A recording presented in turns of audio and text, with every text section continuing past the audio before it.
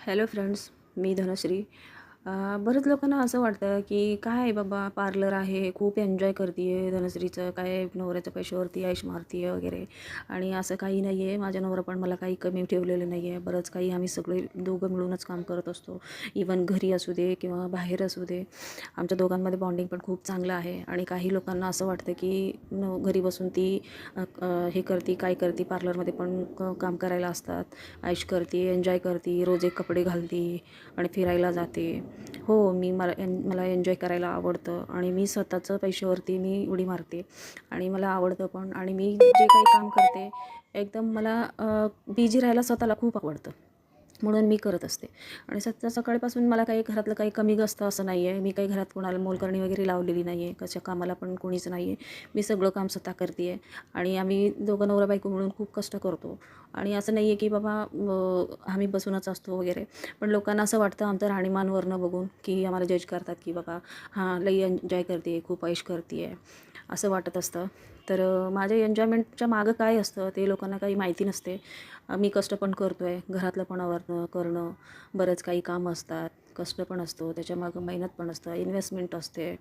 आणि आता बघा, मी ब्युटिशियन आहे म्हणून काही घरातलं काम करत नाही आहे किंवा मेकअप आर्टिस्ट आहे बाबा हिनं स्वतःचं काही काम करत नाही असं काही नाही आहे. मला पण सगळं घर मुलं सगळं सांभाळून करून आणि त्यांचं सगळं टिफिन सगळं बघून करून मला सगळं मी स्वतःचं एन्जॉयमेंट पण करते.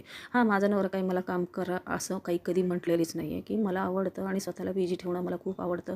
उगं इकडनं तिकडनं काहीतरी गॉसिप करत बसण्यापेक्षा आपल्या कामामध्ये आपण बिझी असायला मला खूप आवडतं.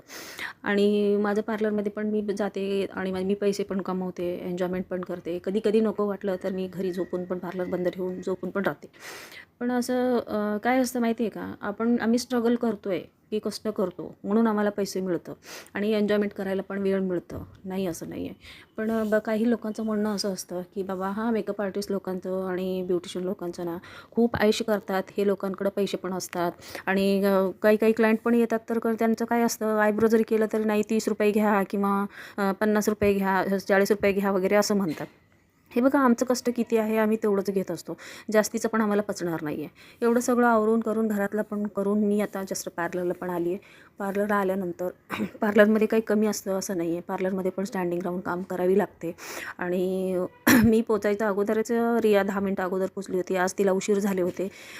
सकाळी 10:30लाच आमचं पार्लर ओपन असते आणि आज तिला पण थोडंसं वेळ झाली होती आणि दोघी मिळून आम्ही पटापट सगळं आवरून घेतलं आणि पार्लर पण थोडंसं साफसफाई केलं. रिया पण लवकर येते रोजची, ती पण छान काम करते आणि त्याच्यामुळं आम्ही दोघी मिळून सगळं साफसफाई केली, सगळं केलं. आणि थोड्या वेळात कसं करत आम्ही बसायला पण आम्हाला कधी-कधी वेळ मिळत नाही आहे. सगळं आवरून करून थोडं एक 5-10 मिनटं जरी बसलो केलं तरी कोणी ना कोणी क्लायंट येतच असतात. आयब्रोचे क्लायंट, हेअरकटचे क्लायंट वगैरे असं येत असतात. आणि काय आहे की आम्ही जे काही काम करतो, जे काही आम्हाला दाखवायचं म्हणून मी हे ब्लॉग बनवत नाही आहे, की आमच्या मागं पण काहीतरी असतं. आम्ही पण एवढं काहीतरी करतो की बाबा हा फक्त आमचं एन्जॉयमेंटचंच आम्ही पोस्ट करतो किंवा एन्जॉयमेंटचा रील्स बनवतो. हे असं म्हणून ह्याच्यामागं असं का नाही आहे की आम्ही काही करतच नाही आहे. असं मला वाटतं की हे पण थोडंसं दाखवावं लागेल लोकांना. म्हणून मला असं वाटलं की मी आज ही एक रील्स बनवली आहे.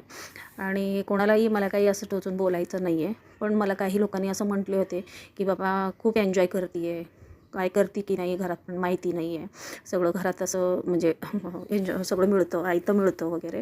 हा लकी आहे म्हणून असं नाही आहे की लक असलं तरी पण काही ना काहीतरी काम केल्याशिवाय कुणालाच मिळत नाही. लक असलं म्हटलं तर काय बसून राहिलो आणि पैसे मिळतं असं थोडीच असतं. थोडं काम तरी केलंच पाहिजे. काम केल्यानंतरच आपल्याला पैसे मिळत असते. आणि त्यामुळं आता मला काही म्हणजे दुसऱ्यांना काही असं बोलायचं नाही आहे. पण माझं जे काही आहे, मला एक ब्लॉग पण बनवायची होती. बऱ्याच दिवसापासून असं इच्छा होती. म्हटलं एक ट्राय करावं. म्हणून मग आता साफसफाई सगळं झाल्यानंतर 1-2 क्लायंट आले आयब्रोचे वगैरे आणि तेच आयब्रो करत होते. आणि आयब्रो झाल्यानंतर रिया थोडीशी हे केली, मसाज दिली त्यांना, रिलॅक्स वाटलं. मग नंतर अर्पिता, रियानी एक स्ट्रेटनिंगचं प्रॅक्टिस करत होते. Thank you so much.